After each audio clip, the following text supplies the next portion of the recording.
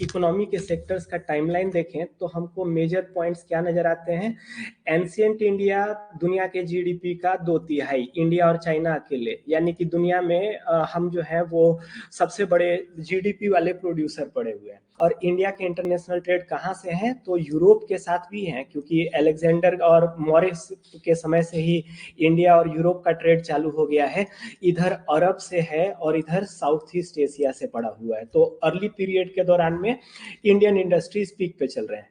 आइए colonial period, British आ जाते हैं। ब्रिटिश का 2 असर पड़ेगा। एक तो कि हम पहला असर देखेंगे कि एक तरफ इंडियन इंडस्ट्रीज का डिक्लाइन होगा।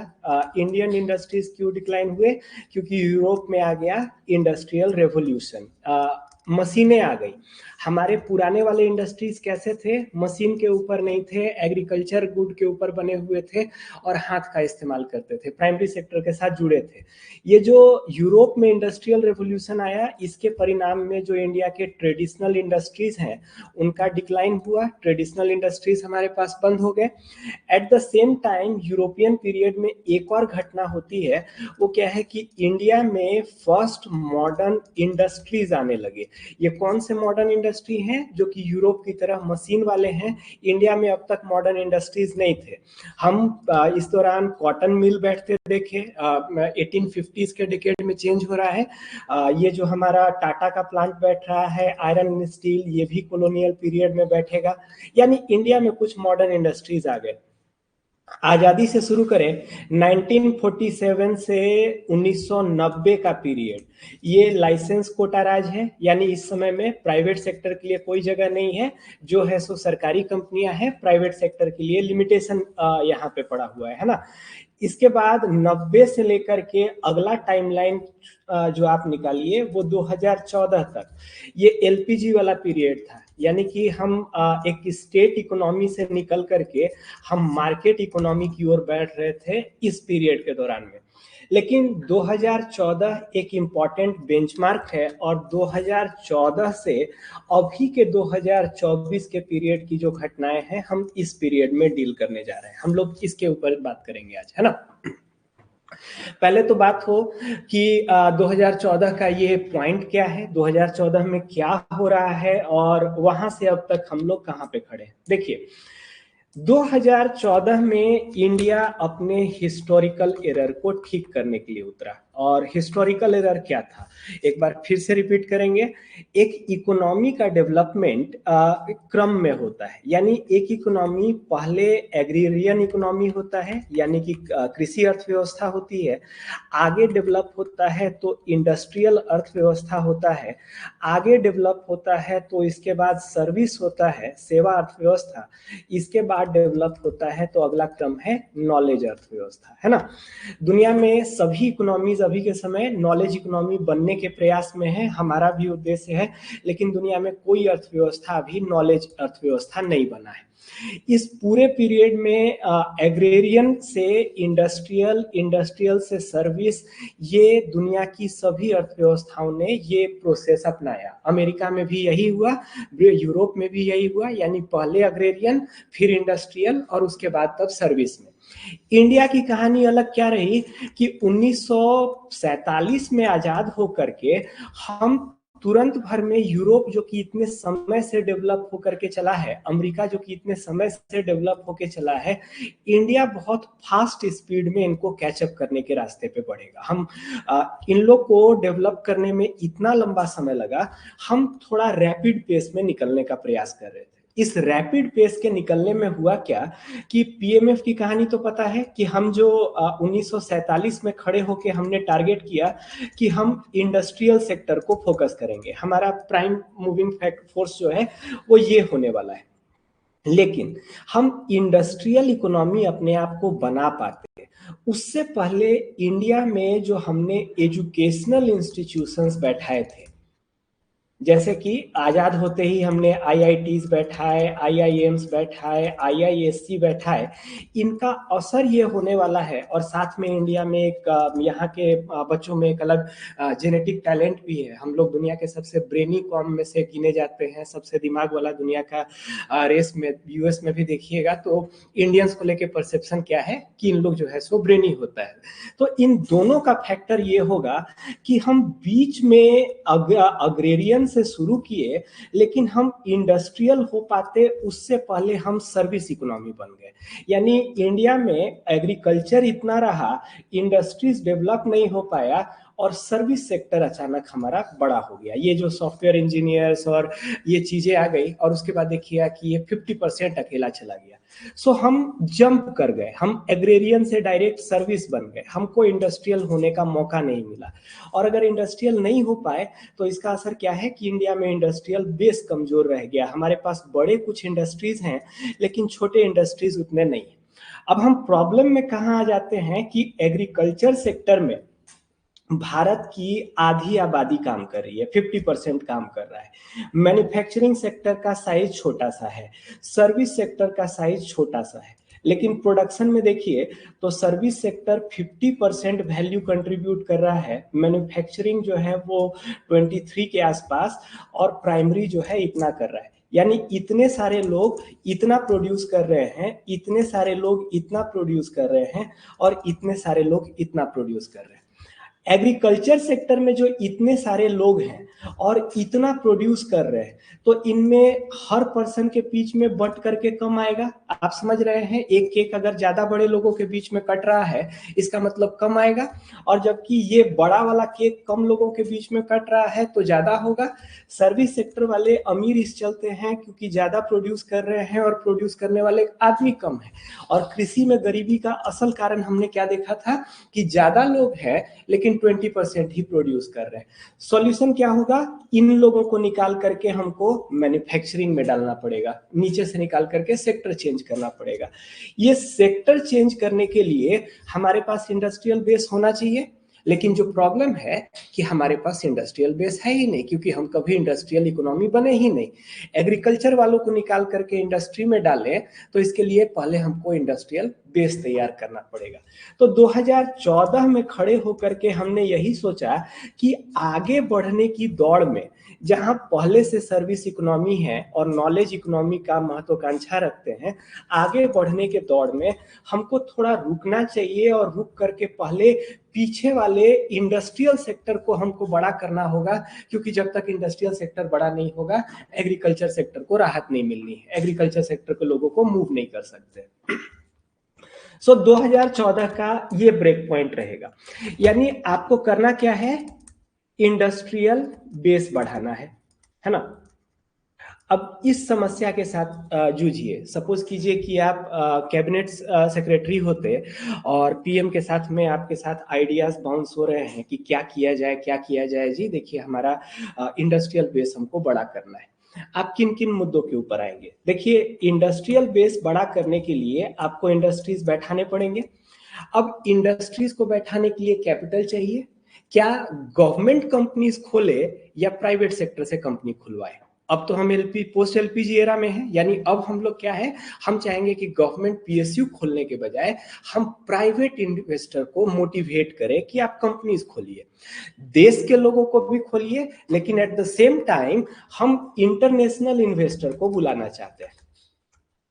एप्पल है, आप चाइना में फैक्ट्री खोल करके फोन बना रहे हैं, इंडिया में खरीद रहे हैं लोग, इंडिया में फैक्ट्री में फोन बनाइए, पूरा वियतनाम, चाइना और इधर सेंट्रल एशिया में भी बेचिए। सो हम दुनिया के मैन्युफैक्चरिंग को इंडिया में लेके आना चाहते हैं। और असल में हमारा ये जो स्ट्रेटजी है, ये कोई नया स्ट्रेटजी नहीं है। चाइना का डेवलपमेंट, चाइना को अगर आज खड़े होकर के देखिएगा तो इंडिया का डेवलपमेंट और चाइना का डेवलपमेंट में जमीन आसमान दिखेगा।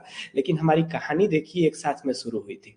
ब्रिटिश गए थे, वहीं से चाइना फिर अपना इकोनॉमी उठाना चालू करेगा, वो 4750 का ही पीरियड है। उसी समय में हम भी शुरू हुए थे। हम लोग ग्रो करके अभी यहाँ पहुंचे हुए हैं, चाइना वाला यहाँ पहुंचा हुआ है।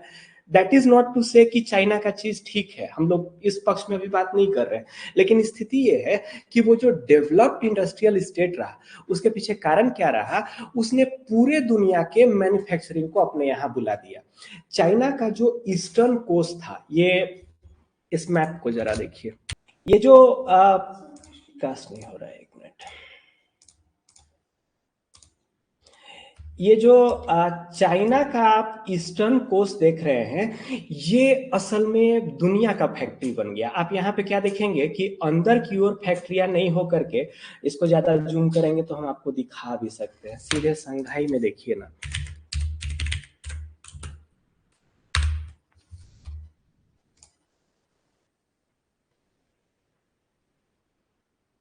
देखिए ये जो समुंदर का तट देख रहे हैं, इसके किनारे जो आप ये देख रहे हैं, ये क्या है, ये फैक्ट्रीज हैं।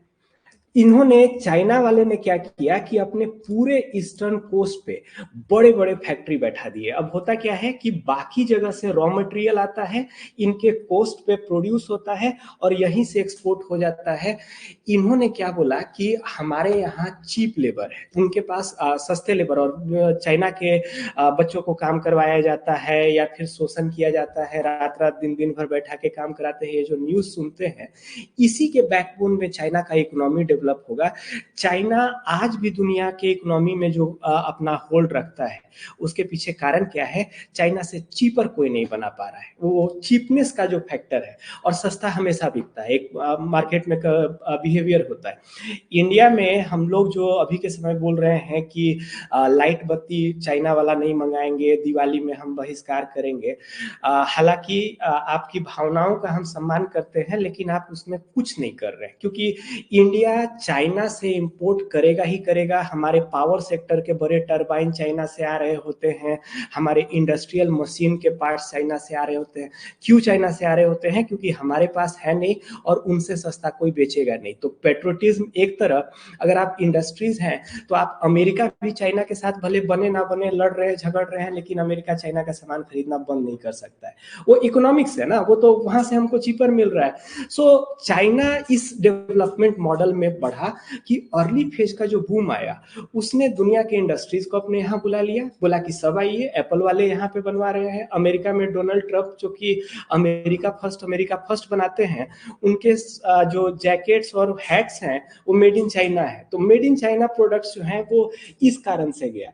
हम इसी आइडिया को रेप्लिकेट करना चाहते थे इंडिया में, है ना, क्योंकि हमारे पास भी चीप लेबर अभी है।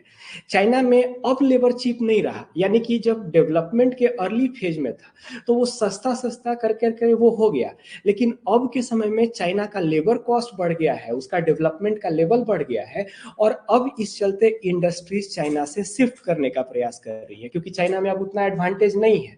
कोई उस तरीके का एडवांटेज अगर दे सकता है तो चाइना से निकलने वाले सारे व्यापारियों को आप पकड़ सकते हैं, आप सारे के सारे लोगों को कैप्चर कर सकते हैं। हमारा 2014 में आइडिया ये था कि हम लोग चाइना वाले से इंडस्ट्रीज को शिफ्ट कराएंगे। हम मेक इन इंडिया बोले। मेक इन इंडिया क्या था? दुनिया के कंपनियों को इन्विटेशन था, आमंत्रण था, आइए भारत में बनाइए, सस्ता पड़ेगा। और कंपनियों क्यों आएंगी आपके पास? सस्ता पड़ना चाहिए, उनके लिए सहूलियत होना चाहिए, और बोले कि ये सेंट्रल रीजन में खड़े हुए हैं, चाइना को ऐसे भी आप लोग पसंद नहीं करते हैं, उनसे बढ़िया अल्टरनेटिव हम दे रहे हैं, आप उनके पास से बिजनेस लेकर के हमारे पास आ जाइए। So make in India program ये था। हम लोग लास्ट में हम लोग देखेंगे कि कितना सफल हुआ, क्योंकि अभी भी मेक इन इंडिया जो है वो काम नहीं कर पाया, क्योंकि 2014 में शुरू किए थे, 2024 10 साल बाद में खड़े हैं। क्या हमको ऐसा कुछ नजर आता है? नहीं आता है।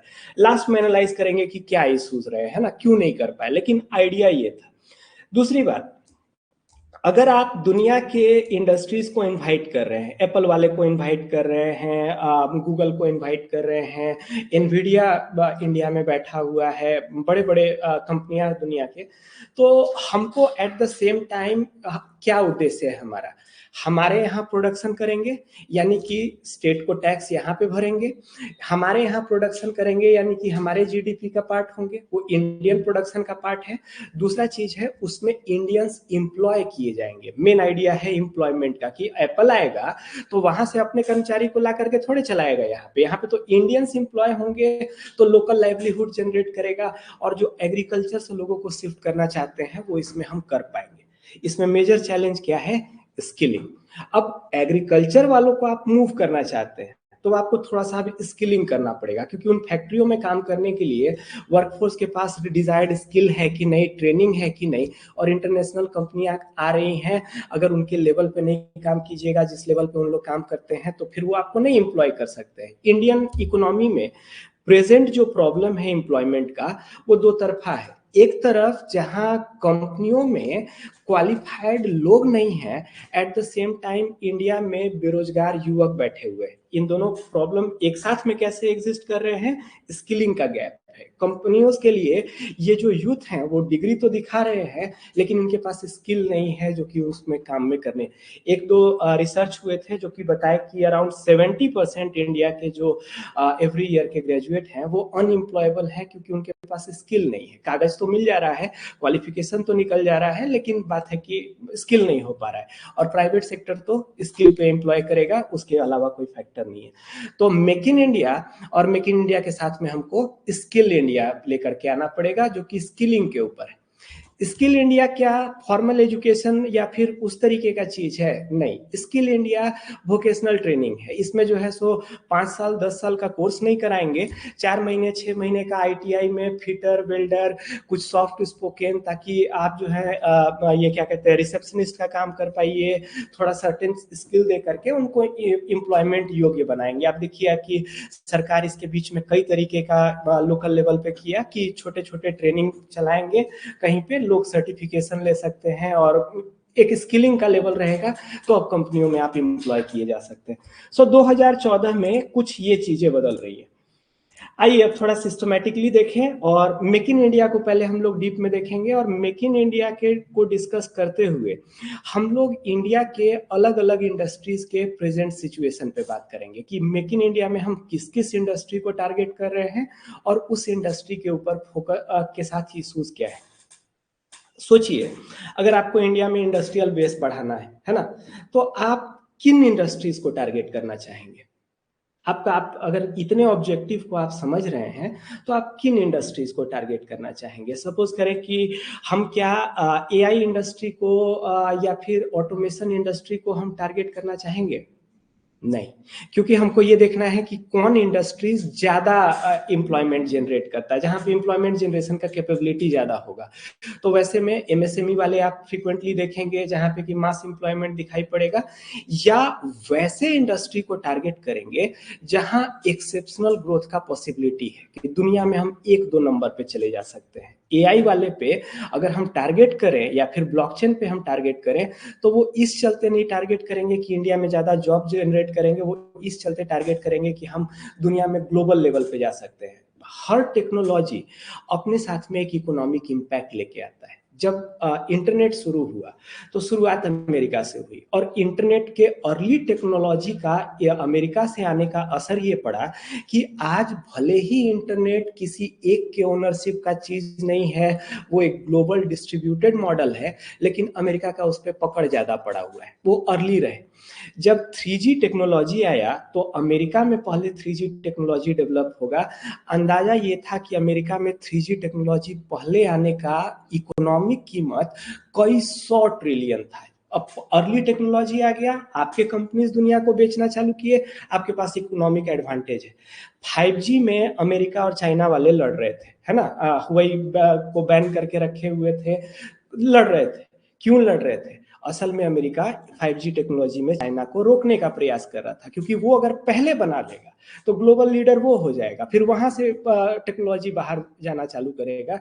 उस समय देखिए कि अमेरिका इंडिया के ऊपर भी दबाव बना रहा था कि 5G में चाइना का मत लीजिए, हम आपको देंगे। थोड़ा सा जियो पॉलिटिक्स में होता है, हाथ मरोड़ने का चीज होता है। सो हम अगेन आईटी में देखेंगे, हम लोग ऑल टुगेदर एक नया 5G का वर्जन चलाते हैं जो कि इंडियन वर्जन है, वो ना अमेरिकन वर्जन है ना कि चाइनीज वर्जन विजन है ना। सो कुछ इंडस्ट्रीज ऐसे होने वाले हैं। आइए अब थोड़ा ज्यादा डिस्कशन को हम लोग फॉर्मल रूप में लेकर के चले, सिस्टमेटिकली लेके चले। Make in India, so idea ये था,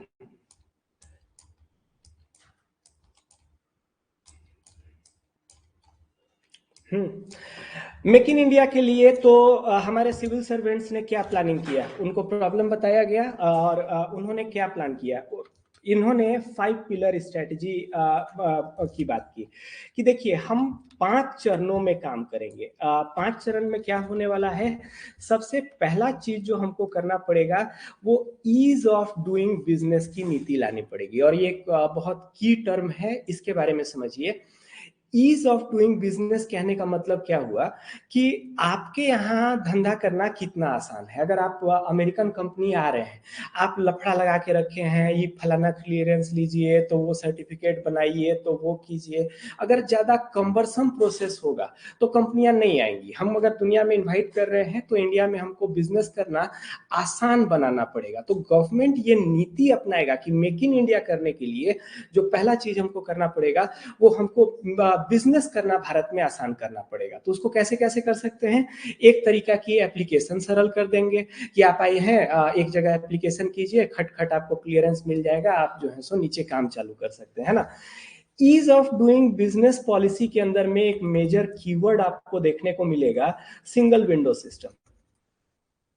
सिंगल विंडो सिस्टम क्या है, देखिए ये एक आइडिया है ना। विंडो कहते हैं किसी भी ऑफिस या कहीं पे एक जहां पे कर्मचारी बैठा है और जो पर्सन के साथ इंटरेक्ट करता है उसको विंडो कहते हैं। आप बैंक वगैरह में गए होंगे तो आप देखे होंगे कि विंडो नंबर ये पे ये बैठे हुए हैं, विंडो नंबर 2 पे वो बैठे हुए हैं, अलग अलग विंडोज होते हैं। जब हमने विंडोज सिस्टम को डिजाइन किया, अब हम सिर्फ एक्चुअल विंडो की बात नहीं कर रहे हैं, ये विचार कह रहे हैं कि ये पैसा जमा लेने का काम करेंगी, ये पैसा देने का काम करेंगी।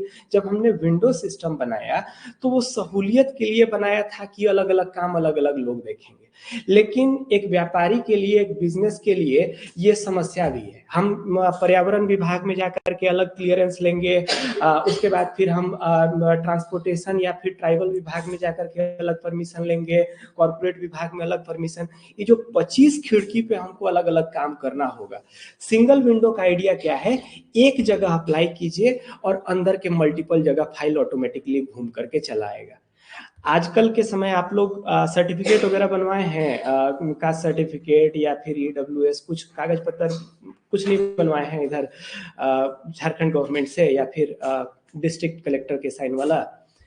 अगर बनवाए होंगे तो जो प्रक्रिया है वो क्या है कि आप एक जगह अप्लाई करेंगे और उसके बाद जो अलग अलग डिफरेंट कर्मचारियों के पास से जाना है वो सॉफ्टवेयर में फाइल मूव करता है। आपको जो है एक्चुअली 5 जगह पे जाने की जरूरत नहीं है, आप एक जगह अप्लाई कीजिए, वो चला जाएगा पहले CO के पास, फिर वहां से चला जाएगा BDO के पास, वहां से चला जाएगा DC के पास। वो डिफरेंट जो डिपार्टमेंट्स इन्वॉल्व हैं इशू करने में, उनमें इंटरनली मूव कर जाएगा। सो सिंगल विंडो सिस्टम कहने का मतलब क्या है, आपको 25 जगह नहीं अप्लाई करने के लिए बोलेंगे, आप एक जगह अप्लाई कीजिए, 25 रिक्वायरमेंट भी है तो इंटरनली हो जाएगा, आपको मिल जाएगा। हम काम आसान करना चाहते हैं ना। तो मेक इन इंडिया करने के लिए सबसे पहला चीज क्या करना पड़ेगा, ईज ऑफ डूइंग बिजनेस करना पड़ेगा। दूसरा चीज हमको क्या करना पड़ेगा, तो IPR प्रोटेक्शन करना पड़ेगा। थोड़ा सा समझते हैं IPR प्रोटेक्शन का क्या मामला है ना। ईज ऑफ डूइंग बिजनेस के अंदर में अभी के समय हमने क्या क्या कर दिया कि कंपनी बैठाने के लिए नियम कानून को हल्का कर दिया है, ये भी ईज ऑफ डूइंग बिजनेस है। उसके बाद भारत सरकार ईज ऑफ डूइंग बिजनेस को बढ़ावा देने के लिए कई काम कर रहा है, जैसे कि आप क्या गिना सकते हैं। पहले आपको जो लाइसेंस लेते थे इंडस्ट्री बैठाने के लिए वो 1 साल का लाइसेंस मिलता था, अब उसको बढ़ा दिए कि 3 साल का लाइसेंस दे रहे हैं, यानी आपको पीरियड बढ़ा दिए। तो लिबरलाइजेशन है, उद्देश्य क्या है, आपके लिए आसान होगा। साथ में फैक्ट्रीज बिल में भी हम लिबरलाइजेशन का कंपोनेंट देखे थे, कल जो बात कर रहे थे कि फैक्ट्री बिल में क्या प्रोविजन है, तो वो जो कड़े कानून हटा दिए थे कि गिरफ्तार कर लेंगे, सब हम क्या कह रहे हैं, ईज ऑफ डूइंग, कि कोई व्यापारी आए तो खौफ में मत जिए कि सरकार कब उठा करके उसको ये कर देगा। साथ में कंपनी एक्ट 2013 के अंदर कई चीजों को जो हमने देखा था वो भी इसी पॉलिसी के अंदर में। अगला चीज, इतना करने से बिजनेस नहीं आएगा। दूसरा चीज आपको क्या चाहिए, सेकेंड पिलर क्या है, आईपीआर प्रोटेक्शन। पहले थोड़ा सा समझते हैं आईपीआर क्या है, ये अपने आप में एक सेपरेट टॉपिक है। आईपीआर इंटेलेक्चुअल प्रॉपर्टी राइट या बौद्धिक संपदा अधिकार है। आईपीआर कहने का मतलब क्या है, अगर हमने एक सामान बनाया है, लेट से कि एक रिमोट बनाया है, एक फोन बनाया है, इसकी एक कीमत है, ये मेरा प्रॉपर्टी है। हमारा बिल्डिंग है, ये हमारी एक प्रॉपर्टी है। लेकिन हमने एक कविता लिख दी, तो क्या वो हमारी प्रॉपर्टी नहीं है? क्योंकि हर कोई तो वो कविता नहीं लिख सकता है ना, कुछ कविता खास कविता निकल जाता है। तो क्या उस केस में वो हमारा प्रॉपर्टी नहीं है? हम अगर एक सॉफ्टवेयर डेवलप कर रहे हैं, तो वो अगेन कोई फिजिकल चीज नहीं है, तो क्या वो मेरा प्रॉपर्टी नहीं है? हम स्टडी मटेरियल तैयार कर रहे हैं, हम किताबें लिख रहे हैं, तो क्या वो मेरा प्रॉपर्टी नहीं है? हम फोटोज तैयार कर रहे हैं, हम म्यूजिक तैयार कर रहे हैं, हम सिनेमा तैयार कर रहे हैं, तो क्या वो मेरा प्रॉपर्टी नहीं है? क्या सिनेमा का नकल किया जा सकता है? क्या हमने कोई गाना बना दिया तो कोई भी उसका इस्तेमाल कर सकता है? इसको कहते हैं intellectual property. Intellectual property is a property created by intellectual capacity. एक ब्रेन के बौद्धिक क्षमता के द्वारा जो संपत्ति तैयार होती है, उसको कहते हैं इंटेलेक्चुअल प्रॉपर्टी। और इंटेलेक्चुअल प्रॉपर्टी एक प्रोटेक्टेबल प्रॉपर्टी है, यानी कि उस पर जो आपके अधिकार हैं उसको सुनिश्चित किए जा सकते हैं, वो इक्वली आपका प्रॉपर्टी है। अब आईपीआर को लेकर के हम लोग अभी आने वाले हैं कि डिफरेंट टाइप के प्रॉपर्टीज क्या होते हैं, पेटेंट और ये ट्रेडमार्क और ये सभी चीजें क्या है, लेकिन पहले ऊपर से चीजों को समझो। इंडिया जो है वो दुनिया, अमेरिका जो है एक लिस्ट जारी करता है हर साल अपने कंपनियों के लिए। वो एक लिस्ट जारी करता है जिसका नाम है, एक मिनट,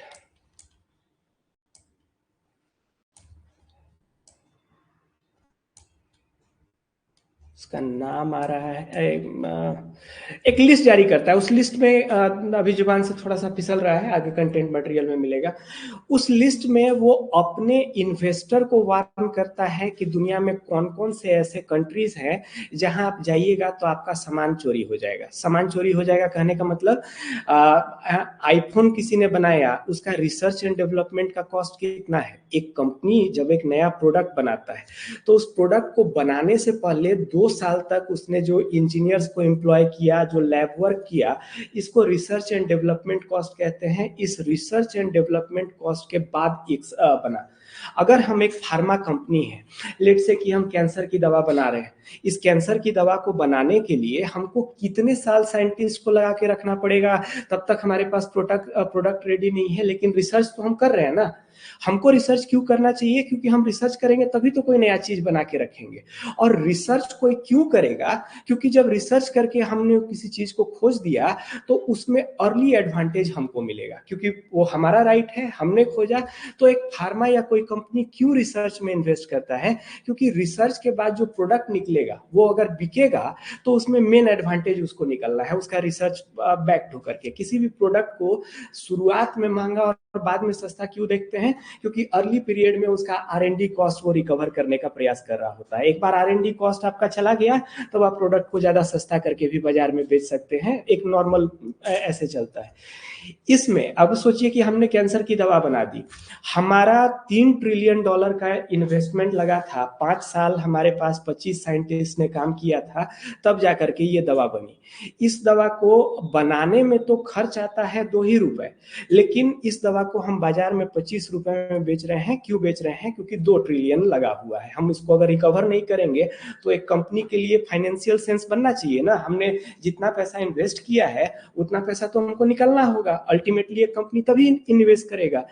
इसमें अब कोई दूसरा कंपनी आए, हमारे फॉर्मूला को जान जाए और वो सस्ता में बना के 5 रुपए में टैबलेट अगर बाजार में बेचने लग जाए, तो फिर हम कोई रिसर्च क्यों करेगा? इस समय में इनोवेशन रुक जाएगा। तो हम चाहते हैं कि कंपनियां इनोवेशन करें, हम चाहते हैं कि लोग नए चीजों को तैयार करें। इसके लिए हमको उनके कॉपीराइट को, उनके इंटेलेक्चुअल राइट्स को प्रोटेक्ट करना पड़ेगा। इस लिस्ट में चाइना नंबर 1 पे आता है। देखिए कि आईफोन का नकल बनाने में दुनिया में कोई प्रोडक्ट आया, टप टप टप उन लोग नकल बना करके रिवर्स इंजीनियरिंग करके चालू कर देगा। तो अगर आप एक कंपनी है तो आप ऐसे इकोनॉमी में क्यों जाना चाहेंगी जहां पे कि कोई आपके इंटेलेक्चुअल प्रॉपर्टी राइट को नकल कर सकता है, आपके चीज से प्रॉफिट जनरेट कर सकता है, और उनके यहाँ कोई कानून नहीं है जो कि आपके राइट को प्रोटेक्ट करेगा। मतलब केस मुकदमा करके आप कुछ रिकवरी नहीं कर सकते, उनको रोक नहीं सकते। तो आप वैसे इकोनॉमी में नहीं जाइए। इसी के लिए अमेरिका का लिस्ट निकलता है। चाइना 1 नंबर पे होते हैं, पर हमारा भारत महान दूसरे नंबर पे ही आता है। हमारे यहाँ भी आईपीआर का इशू है। तो 2014 में खड़े होके हम जब इंडस्ट्रीज को बुला रहे हैं तो हमारे पास दूसरा इंपॉर्टेंट चीज क्या है, इंडिया में हमको आईपीआर प्रोटेक्शन का सिस्टम रखना पड़ेगा, ताकि अगर विदेशी कंपनियां आए तो उनके इंटेलेक्चुअल प्रॉपर्टी राइट प्रोटेक्ट हो पाए, लोकल में कोई कॉपी नहीं कर दे, उन सबके राइट्स बने रहें। और इंडिया में इंटेलेक्चुअल प्रॉपर्टी को लेकर के पहले बहुत बढ़िया लीगल फ्रेमवर्क नहीं था, तो हमको कुछ ठीक करने की जरूरत थी। हमने कुछ इंटरनेशनलाइज करने का प्रयास किया। आइए पहले पूरे मुद्दे को समझते हैं और उसके बाद फिर प्रेजेंट स्टेटस पे बात करेंगे। इंटेलेक्चुअल प्रॉपर्टी कितने टाइप के होते हैं, थोड़ा उसके कहाँ गया,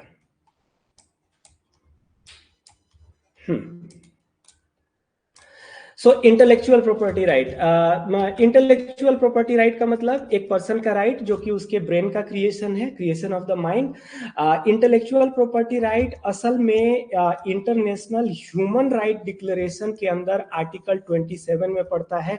यानी कि आप इंडिया में इंटेलेक्चुअल प्रॉपर्टी राइट अगर आप लागू कर रहे हैं तो एक इंटरनेशनल फ्रेमवर्क भी इसको प्रपोज कर रहा है। आप दुनिया के लेवल में ही आ रहे हैं, आपको करना चाहिए, क्योंकि ह्यूमन राइट्स के अंदर में बना हुआ है कि एक मानव का अधिकार क्या है, तो उसके बौद्धिक संपदा पर उसका अधिकार है। अगर हरिवंश राय बच्चन ने एक कविता लिख दी तो ऐसा नहीं है कि कोई दूसरा आदमी उसके पीछे नाम इरेज करके अपना नाम लिख करके उसको आगे चला पाए, उनका क्रेडिट रहेगा, है ना।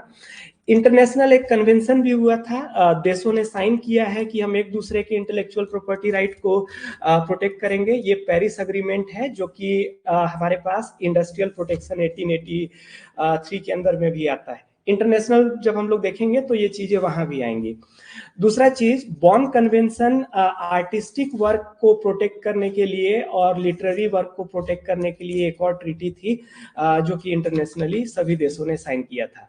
उसके अलावा जो एक वर्ल्ड ट्रेड सेंटर के साथ में ही वीपो की संस्था है, ये क्या करता है, इंटरनेशनली इंटेलेक्चुअल प्रॉपर्टी राइट जो है वो इंश्योर करेगा।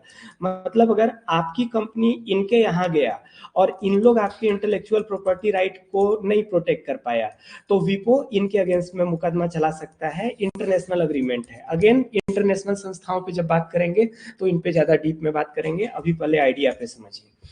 भारत में कितने टाइप के इंटेलेक्चुअल प्रॉपर्टी होते हैं और इन कैटेगराइजेशन को समझना जरूरी है। सभी अलग अलग तरीके के चीज होते हैं। एक होता है जिसको हम कहते हैं कॉपीराइट।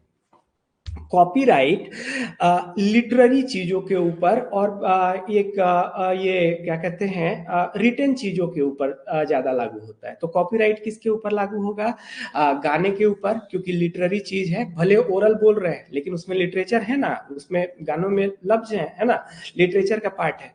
मूवीज के ऊपर लागू होता है, किताब के ऊपर लागू होता है। सॉफ्टवेयर भी लिटरेरी प्रोडक्ट है, क्योंकि कोड तो हम लिख ही रहे हैं ना, तो एक सॉफ्टवेयर भी उसी के अंदर लागू होगा। तो एक कॉपीराइट होता है। एक दूसरा चीज होता है पेटेंट। ये इंडस्ट्रियल प्रोडक्ट के ऊपर लागू होता है। तो आपने कोई नया डिवाइस बना दिया, कोई नया आपने टेक्निक डिफाइन कर दिया, तो उस पर पेटेंट होता है। ट्रेडमार्क नाम का होता है, जैसे बाटा एक रिकॉग्नाइज कंपनी है, बाटा के नाम से हम नहीं सामान बेच सकते, तो इसमें हम कोई बाटा का सामान थोड़े चुरा रहे हैं, हम उसका जूता भी नहीं नकल कर रहे हैं, हम अपना जूता बोल रहे हैं, लेकिन सिर्फ नाम उसका इस्तेमाल कर लिए। तो नाम जो कि व्यापार करने के लिए लोग जिस नाम से पहचानते हैं, कैडबरी एक नाम है, पीपुल एसोसिएट करते हैं, बाटा एक नाम है, हीरो होंडा एक नाम है। तो नाम का प्रोटेक्शन हमारे पास ट्रेडमार्क में होता है। इंडस्ट्रियल डिजाइन, हम इंडस्ट्रियल प्रोसेस के लिए कोई डिजाइन किए हुए हैं। सपोज कीजिए कि हम एक आयरन के ऊपर कोटिंग करने का एक प्रोसेस डिजाइन कर दिए, या फिर हम वेस्ट प्लास्टिक्स को फाइबर में कन्वर्ट करने का एक डिजाइन तैयार कर दिए, तो वो इंडस्ट्रियल डिजाइन में। एक जीआई होता है, जीआई असल में जगह का अधिकार है, मतलब एक चीज जो कि सिर्फ उस जगह का है तभी वो माना जाएगा, नहीं तो उस जगह का नहीं माना जाएगा। जैसे कि रसगुल्ला बंगाल का है तब बोलेंगे हम। कोई हमारे झारखंड के धुसका को दिला दे तो अपने में यूनिक चीज है, यानी कि जिस इलाके में होगा उसी इलाके का मानेंगे। तो ये एक लोकेशन का आइडेंटिटी है। एक अगला चीज ट्रेड सीक्रेट होता है ना। आप कोको कोला बनाए हैं तो क्या क्या कैसे बनाए हैं, फ्लेवर क्या है, तो वो जो फूड ब्लॉगर घूम घूम करके लोगों को परेशान करते रहते हैं और लोग से पूछते हैं कि बताइए मसाले में क्या है, आपको मसाले में क्या है बताने की जरूरत नहीं है, क्योंकि इससे आपका प्रोडक्ट दूसरों से डिफ्रेंशिएट होता है, तो आप उसको गुप्त रख सकते हैं। केएफसी वाला ये सीक्रेट हर्ब्स एंड स्पाइसेस वो चीज है ना।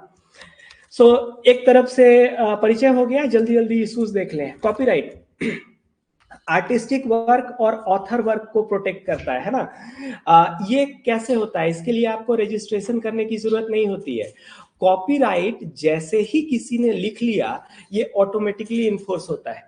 यानी कोर्ट्स के सामने आपको अपना कॉपीराइट दिखाने के लिए सिर्फ ये दिखाना होगा कि उससे पहले हमने तैयार किया है। अगर वो अर्लियर डेटेड वर्क है तो कॉपीराइट ऑटोमेटिकली इन्फोर्स होता है, उसके लिए कोई रजिस्ट्रेशन डिपार्टमेंट में ये करने की जरूरत नहीं है। अगर हमने स्टडी मटेरियल आज तैयार किया तो अगर कोई भी इसके बाद जो आएगा वो सब्सिक्वेंट नहीं होगा, जो सबसे पहला है वो राइट है। तो फर्स्ट वाला ये ऑटोमेटिकली ये होता है। हालांकि एक पर्सन के मृत्यु के बाद 50 साल के बाद उसको फिर पब्लिक कर दिया जाता है, यानी कि अब फिर वो उस पर्सन का सोल राइट नहीं है। आप क्या देखिएगा कि पुराने गानों को इस्तेमाल करने में अब कोई दिक्कत नहीं है। क्यों नहीं है? क्योंकि जिनका राइट था वो एक्सपायर हो गया, और जब एक्सपायर हो गया तो वो चीजें पब्लिक डोमेन में आती हैं।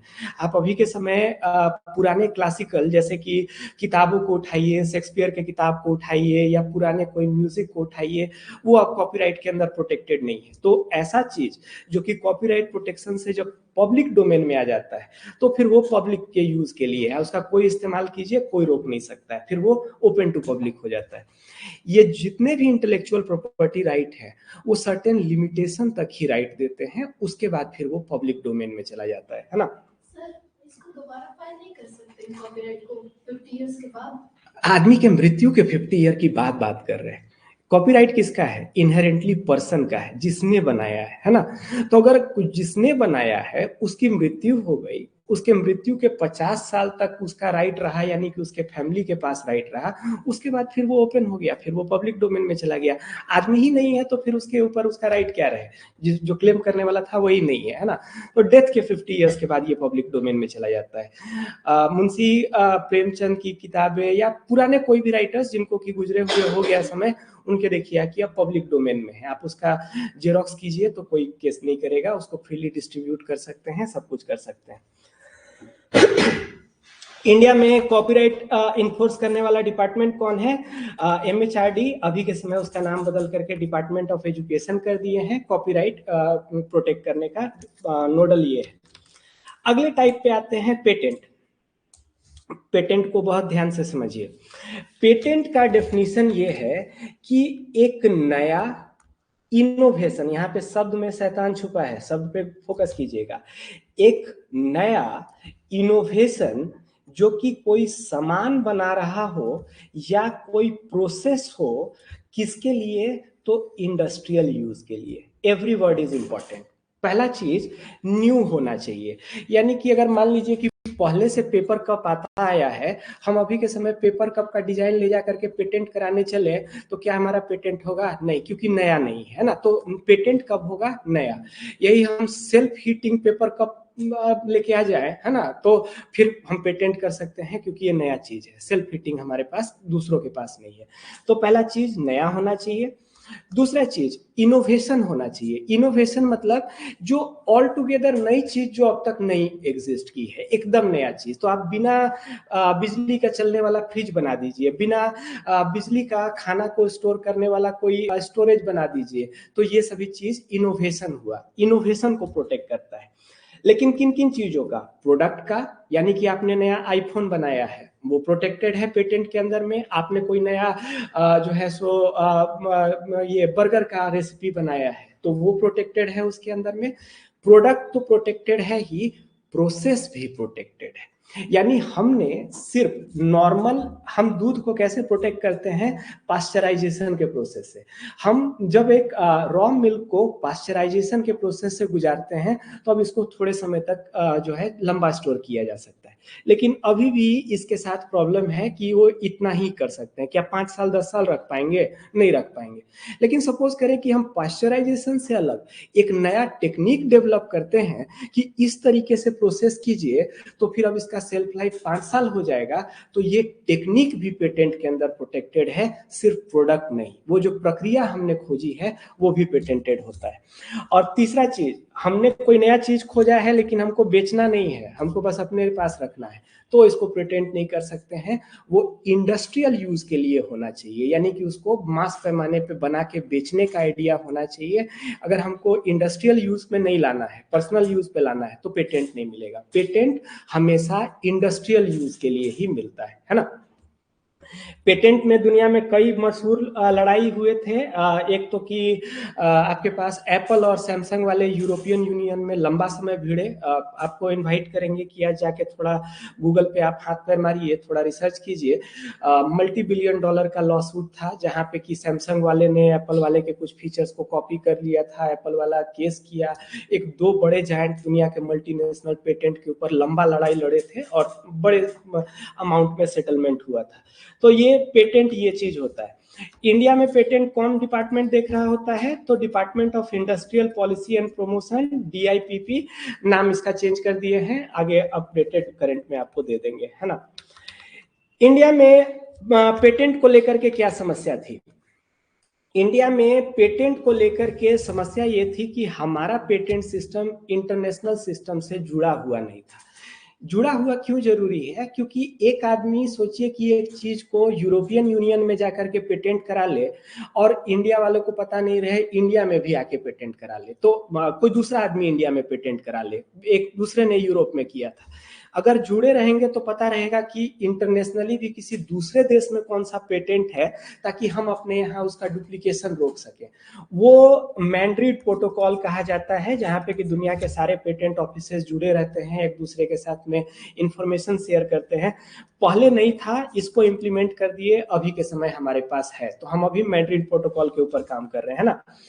पेटेंट का एक दो किस्सा लोकल में बात करें, पेप्सिको और फार्मर के बीच में लड़ाई हुआ था। पेप्सी जो लेस वगैरह बनाता है, चिप्स, वो कंपनी, असल में था क्या कि कॉन्ट्रैक्ट फार्मिंग उन लोग करवाता था। अपने लेस के लिए जो चिप्स बनवाना था वो फार्मर से वो प्रजाति उगवाता, उसके लिए एडवांस पेमेंट और पहले से था, ये सभी चीज चला करता था। पेप्सी वालों का क्या कहना था कि इन फार्मर्स को जो हमने खेती करने के लिए आलू दिया है वो हमारा डेवलप किया हुआ पेटेंट, हमारा कॉपीराइट का आलू है, और इंडिया के फार्मर क्या करने लगे कि आलू से उनको तो बेचे, बाकी वो आलू बढ़िया आलू है तो हम इधर भी चलाने लग गए, है ना। ये केस किया था, कोर्ट क्या बोला, फार्मर्स के पर्सनल यूज के लिए इंडस्ट्रियल पेटेंट लागू नहीं होता है। तो फार्मर्स अगर अपने, यही फार्मर अगर कॉमर्शियल काम करने लग जाए, मतलब बेचने लग जाए फिर इंडिया में इंडस्ट्री खोल करके कि पेप्सी वाले आलू, तो फिर आप प्रोटेक्शन आ जाएगा। लेकिन फार्मर अगर इंडिविजुअली अपने प्रयोग के लिए, लोकल मार्केट के लिए अगर प्रोडक्शन कर रहे हैं, नॉट एट इंडस्ट्रियल स्केल, तो फिर इंडस्ट्रियल पेटेंट नहीं लगेगा। पेटेंट में जहां एक तरफ हमको कंपनीज और कॉरपोरेशन के राइट्स प्रोटेक्ट करने की जरूरत है, लेकिन वहीं दूसरी तरफ हमको ये भी देखना पड़ेगा कि कॉरपोरेशंस डीप पॉकेट है, उनके पास केस लड़ने का कितना बड़ा फंड है, किसान उनसे लड़ करके नहीं जीत पाएगा। तो हमको छोटे का प्रोटेक्शन, कभी जब बड़े कॉरपोरेशन और छोटे के बीच में अगर डील हो रहा है तो गवर्नमेंट को हमेशा वहां पे सेफ गार्ड रखना पड़ेगा कि कहीं बड़ा वाला by virtue of its power, इन लोग खाली कोर्ट केस में बजा करके परेशान कर देगा। बड़े कॉरपोरेशन है इंडिया में, 4 मेजर मेट्रोपॉलिटन में 4 अलग अलग हाई कोर्ट में आपके अगेंस्ट में केस कर दिया। अब इंडिया में 4 जगह दौड़ दौड़ के आप केसे लड़ते रहिए, आपके पास कितना फंड है, एक समय में हार जाएगा। तो बड़े कॉरपोरेशन का लिटिगेशन का पावर ज्यादा होता है। तो ये रही पेटेंट की कहानी। इंडस्ट्रियल डिजाइन किसको कहते हैं? आप इंडस्ट्रियल प्रोसेस के लिए कोई बॉयलर बना दिए, कोई हम ब्रेड मेकिंग मशीन बना दिए, तो वो चीज यहाँ पे अभी के समय 10 साल के लिए प्रोटेक्टेड है, पहले 5 साल के लिए था, रिन्यू करना पड़ता है, आप है तो उसके बाद फिर आप रिन्यू कर सकते हैं। एक इनफाइनाइट बिना एक्सपायरी पीरियड का पेटेंट है, ये कॉपीराइट सॉरी इंटेलेक्चुअल प्रॉपर्टी है, जिसको हम ट्रेडमार्क कहते हैं। ट्रेडमार्क कहने का मतलब क्या है? कोई जो बिजनेस करता है उसको अपना नाम बनाने में समय लगता है। आप बाटा नाम जो जान रहे हैं, देखिए कि कितने समय बिजनेस, कितना एड, कितना पब्लिक रिलेशन, कितना पब्लिक के साथ इंटरेक्शन हुआ, तब जाके ये फेमिलियर नाम बना है। हम जो जेरोक्स बोल रहे हैं, निरमा जो बोल रहे हैं, इस नाम का कीमत है। हम सोचे कि उसी नाम पे कोई दूसरा अगर बना करके अपना सामान बेचने लग जाए तो फिर ओरिजिनल का जो एड का, जो ब्रांडिंग का खर्च है, वो उसको काट रहा है। सो उसको प्रोटेक्ट किया जाता है। इसके साथ आप देखिए कि नेम के अगल बगल लोग टीएम लिखेंगे, इसमें रजिस्ट्रेशन कराना पड़ता है, ये ऑटोमेटिकली इन्फोर्स नहीं होता है। तो कोई हम अगर टीएम का रजिस्ट्रेशन नहीं कराए हैं, कोई दूसरा हमारे नाम को पहले रजिस्टर करा लेगा तो वो उठा लेगा। एक बार मिल गया तो फिर आप इनफाइनाइट रिन्यूअल में चला सकते हैं, उसमें कोई एक्सपायरी नहीं है, पब्लिक डोमेन इसमें नहीं आता है ना। इंडिया में अभी के समय आसान कर दिए हैं, खट खट नाम रजिस्टर करना है, ऑनलाइन पोर्टल पे अप्लाई कीजिए, तुरंत तुरंत फास्ट फास्ट पे हो जाएगा, है ना। बाकी जीआई को आप समझते हैं, जीआई जो है वो जगह का है, हमारे इस इंडस्ट्रीज की कहानी में ये नहीं आता है, ये समझ रहे हैं ये संस्कृति, कल्चर और इसको प्रोटेक्ट करने का चीज है, जो कि ये यहाँ पे बैठा हुआ है ना। ऑल राइट, वापस आए, इंटेलेक्चुअल प्रॉपर्टी राइट को प्रोटेक्ट करने का जरूरत क्यों है? क्यों जरूरत है? क्योंकि ये भारत में ही लोगों को इनोवेट करने को प्रोत्साहित करेगा। अगर आप कंपनी है, आप रिसर्च करना चाहते हैं और आपको पता है कि इंडिया में कोई मेरा नकल नहीं करेगा, हमारे राइट्स प्रोटेक्टेड रहेंगे, तो आप आसानी से काम कर सकते हैं, है ना। दूसरा चीज, इकोनॉमिक ग्रोथ को इंड्यूस करने के लिए हमारे पास ज्यादा कंपनियां आएंगी, प्रोडक्शन बढ़ेगा। इन्वेस्टर को इनकरेज करने के लिए, विदेशी इन्वेस्टर कब आएगा? जब आपके पास इंटेलेक्चुअल प्रॉपर्टी का प्रोटेक्शन हो। साथ में दुनिया में दूसरे देशों के साथ सेम लेवल पे आएंगे, कॉम्पिटिटिवनेस हमारा बढ़ेगा, क्योंकि हम भी वो करते हैं। और अगली बात, इसके बिना मेक इन इंडिया होना ही नहीं है। अगर आप कॉपीराइट का प्रोटेक्शन का सिस्टम नहीं डालिएगा, कोई भी किसी का चीज नकल करके कर सकता है, तो ये होगा। आप क्या देखेंगे कि इसके बाद बड़े बड़े रिफॉर्म्स हुए। अभी के समय क्या है, कॉपीराइट को बहुत आसानी से इन्फोर्स किया जा सकता है। रांची के कुछ कोचिंग इंस्टीट्यूट के मटेरियल जो है वो जेरोक्स दुकान वाले बेच रहे थे, उस पे जो है उन्होंने कॉपीराइट का क्लेम डाल दिया, तुरंत प्रोसेस जो है आसान कर दिया गया है। अब जो है आपको कहीं पे कोर्ट कचहरी में भी जाने की जरूरत नहीं है। अगर आपका इंटेलेक्चुअल प्रॉपर्टी राइट जा रहा है तो ईज ऑफ डूइंग बिजनेस कहने का मतलब है आसानी से आप उसको प्रोटेक्ट कर सकते हैं। डाल दीजिए, 60 रुपए का टिकट लगता है और केस फाइल हो जाएगा, है ना। All right, so make in India के लिए हमको ये चाहिए, स्पेशल 301 रिपोर्ट है, अमेरिका का ये रिपोर्ट है जो कि दुनिया के कॉपीराइट जहां पे चोरी होती है उसका लिस्ट पब्लिश करता है अपने इन्वेस्टर के लिए कि कहां पे जाइए, कहां पे नहीं जाइए, है ना। ऑल राइट, ऐसा करते हैं कि आज अगले मुद्दे के ऊपर नहीं उतरते हैं, अगले मुद्दे के ऊपर कल उतरेंगे। ये मेक इन इंडिया अभी लंबा चलेगा, हम लोग को कई सभी सेक्टर्स पे अभी उतरना है। एविएशन सेक्टर का क्या चैलेंज है और उसका क्या है, पहले कल का बात हो जाए, है ना। कल क्या करना है जी? कल मॉर्निंग में तुम लोग करना चाहोगे? कल टेस्ट देना चाहते हो या कल क्लास रखना चाहते हो? एक फुल लेंथ, हालांकि तुम मेंस के लिए रेडी हो रहे हो, है ना, क्या करना चाहते हो? मतलब फुल लेंथ सारे सब्जेक्ट्स का। हाँ, जीएस का फुल लेंथ है तो एक दे लो, ठीक है। तो कल 10 बजे टेस्ट टाइमिंग, 10 बजे। क्या हुआ? मतलब अभी बहुत ठंड है। अरे मुंह नहीं बनाना है, 10 बजे दुनिया जहां 10 बजे अच्छा 11 बजे, चलो ठीक है। 11 बजे आप पागल हो? दुनिया चल जाता है 11 बजे। नौकरी में रहिएगा तो इतना नफासत नहीं मिलने वाला है, 11 बजे नहीं जॉब पे जा सकता है, ठीक है ना। तो कल टेस्ट रखिए आप लोग के सेशन में और हम फिर बात करते हैं, ठीक ना। ऑल राइट, चलिए बाकी आज के टॉपिक्स में जो डिस्कस हुआ उससे रिलेटेड कोई डायरेक्ट क्वेश्चन सवाल आज नहीं दिए हैं, क्योंकि हमारा मुद्दा खत्म नहीं हुआ है। नेक्स्ट लेग पे हम लोग बात कर ले और उसके बाद फिर एक इकट्ठा में इसका सवाल निकलवा लीजिएगा, है ना। ट्रेडमार्क जो है तो इसके लिए कोई मतलब कुछ एलिजिबिलिटी क्राइटेरिया या फिर कोई भी? हाँ नहीं, जाहिर सी बात है, प्रोफेनिटी नहीं हो सकता है, गाली गलौज नहीं हो सकता है।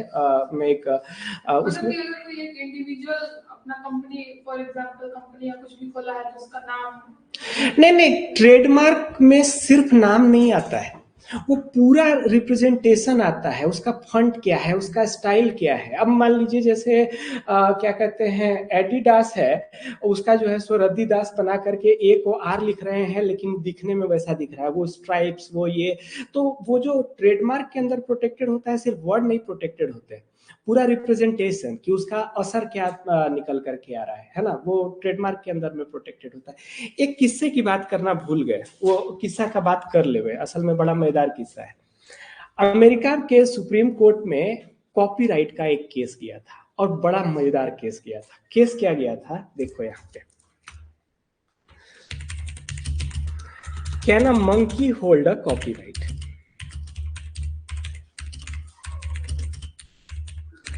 कॉपीराइट को हमने डिफाइन क्या किया था, क्रिएटर का राइट है ना। जो भी क्रिएट करेगा एक लिटरेरी या इसको वर्क को, तो उसको कहेंगे।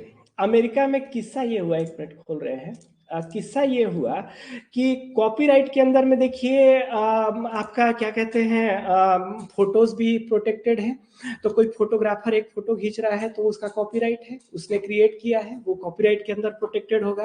देखिए कि फोटो रखते हैं तो पिक्चर क्रेडिट कहाँ से आया, जर्नलिस्ट वाले इसी पिक्चर को बेच करके जो है वो पैसा उनको न्यूज़पेपर और उनके पास से मिलता है ना। सो हुआ क्या कि अमेरिका में एक फोटोग्राफर था जो जंगल में कैमरा सेट किया था, फोटो खींचने जा रहा था, लेकिन चला गया कैमरा सेट करके चाय पानी पीने के लिए, है ना। उधर से कुछ बंदर का ग्रुप आया और उन्होंने अपना ढेर सारा सेल्फी ले लिया। तो ये जो सेल्फी देख रहे हैं ये असल में किसी फोटोग्राफर के द्वारा नहीं लिया गया, इस बंदर के द्वारा लिया गया। और एक नहीं, बहुत वेरियस जो है वो फोटोज थे। हम ओरिजिनल स्टोरी खोजना चाह रहे हैं, ढेर सारे थे। तो ये फोटोग्राफर था जो कि जिसका कैमरा था, लेकिन इन बंदरों ने जो है वो ढेर सारे फोटोज खींच लिए अपने।